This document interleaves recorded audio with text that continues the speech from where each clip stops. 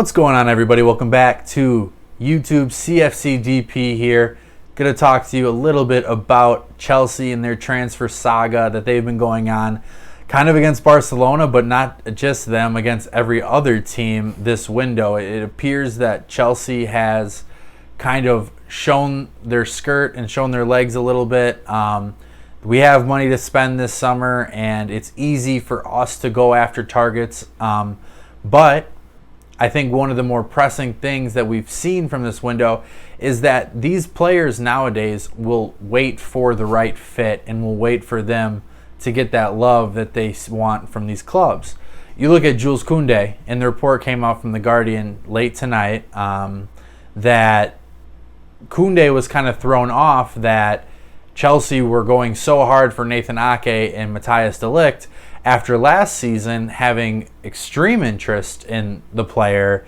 And we kind of saw that once Koundé felt that he wasn't the first guy on the checklist for Chelsea and Thomas Tuchel, he said, well, wait a minute, I'm getting calls from Xavi, and Xavi says, well, I want you and Araujo to run my defense for the next 10 years.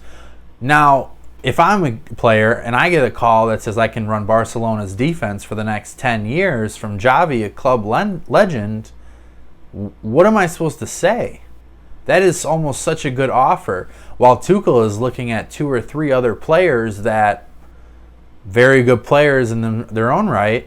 If I'm the third option, why wouldn't I go somewhere where I would be the first option? I know the league as well. Going from Seville to Barcelona within La Liga, I know I can hang and I know I can be a top player there. And then I'm going to Chelsea where, with all things considered, we are in a rebuild at this point. We need to retool at least to fight for the Champions League spot next year. So it'll be interesting to see what Koundé and, for example, Tchouaméni last year, their experiences kind of play off with the rest of this window for Chelsea and moving forward. Because we could have had last summer, Tchouaméni was 30 million euros.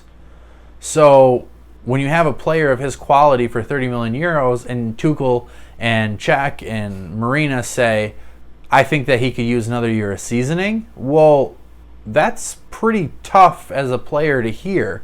He goes on to win French Young Player of the Year, League One Player of the Year. 80 million pounds later, he's over at Real Madrid and the best club in the world at this point.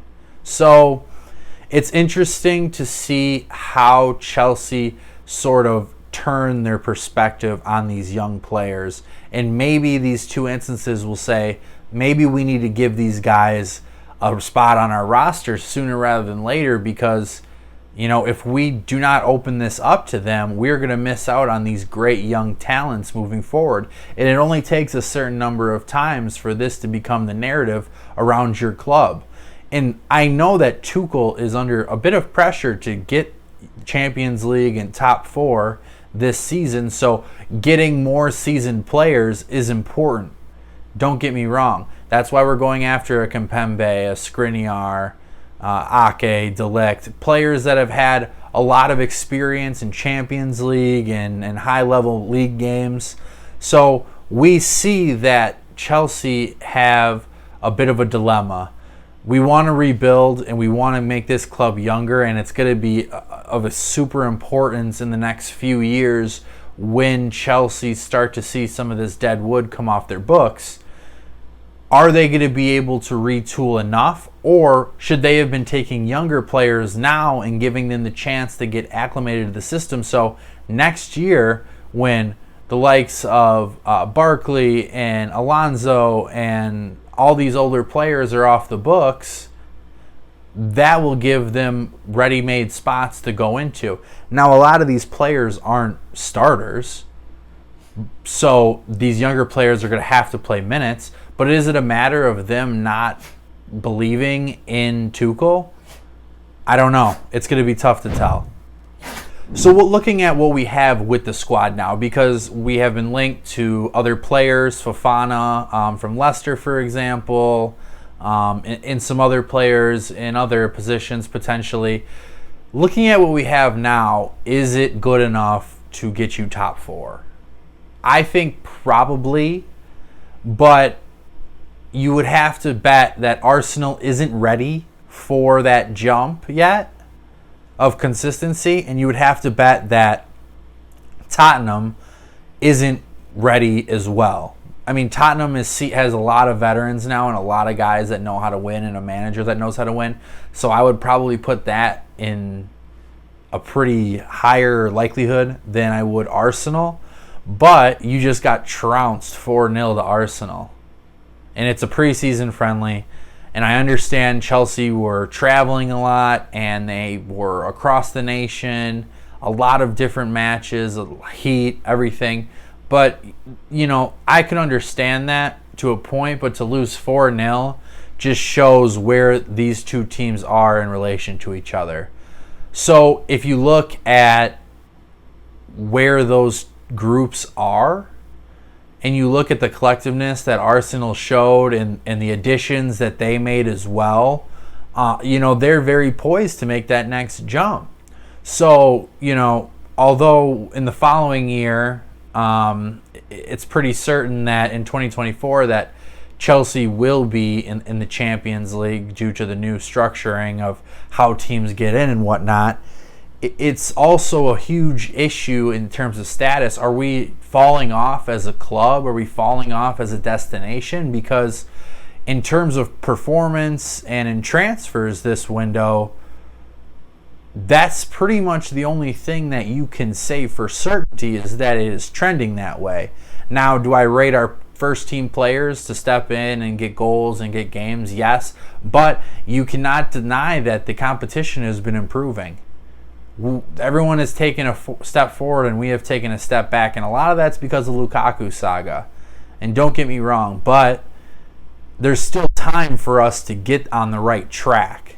And getting on the right track means getting players that, one, do have experience, but are also players that aren't going to just get you through the next 2 to 3 years, because that's trouble. Because while we have a squad and a system that's really set out for tournament football, and we can go into the Champions League and play really well like we did against Real Madrid last year, in terms of league, we are not there.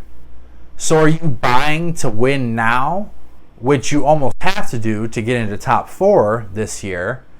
Or are you buying younger players and hoping that we can use this year as a starting off point to a lot of success down the road?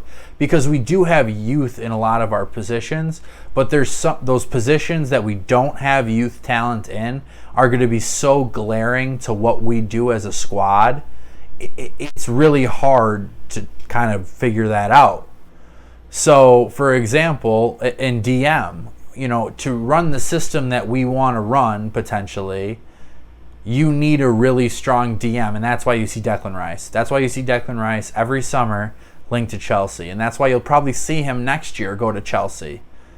But you need that player to run a system that Tuchel wants, and if Tuchel wants that player, then you have to go out and get him. And if it's not possible this year, then you're going to have to say, well, you know, can we keep our midfield 3 healthy for the year? Can Ampadu step up and play that role? He did it in Italy last year. Can he do it for us again?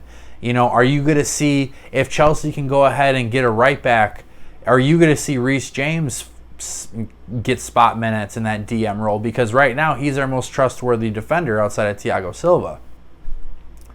Are you going to see Trevor Chalobah try and get thrown in that DM role? It's all possible, and I think Tuchel is kind of working with this band of misfits right now, and he needs to find a recipe that works. He caught lightning in the bottle when we won the Champions League. He's definitely been able to win tournament football and FA Cup, Carabao Cup, get to finals and such. But to be able to do that consistently is going to really rely on how we set up shop at the back next year. So, you know, with all things considered, this window up until this point has been an L for us. However, it could turn around really quickly. If you get a guy like Fofana in with Premier League experience and he stays healthy, that's an instant starter. You know, if you go ahead and you can bolster some attacking options, not saying that Zaha and St. Maxim should be our guys that we look for the future, but those are Premier League proven guys that can kind of get you over the hump until next year when some of that dead wood falls off. So it's not a super simple thing to discuss, and it's not there's no answer really that's out there for Chelsea currently. So we'll have to see how it pans out. Let me know in the comments below what you think Chelsea should be doing with the rest of this window. Do you think that they should go younger, or do you think they should get more Premier League proven to sort of get that top four kind of squared up? So anyways, well, thank you so much for watching the video. Go ahead, like, comment, subscribe. Let me know what you want to hear, what you want to talk about. I'm super excited to get back into content creation. Thank you.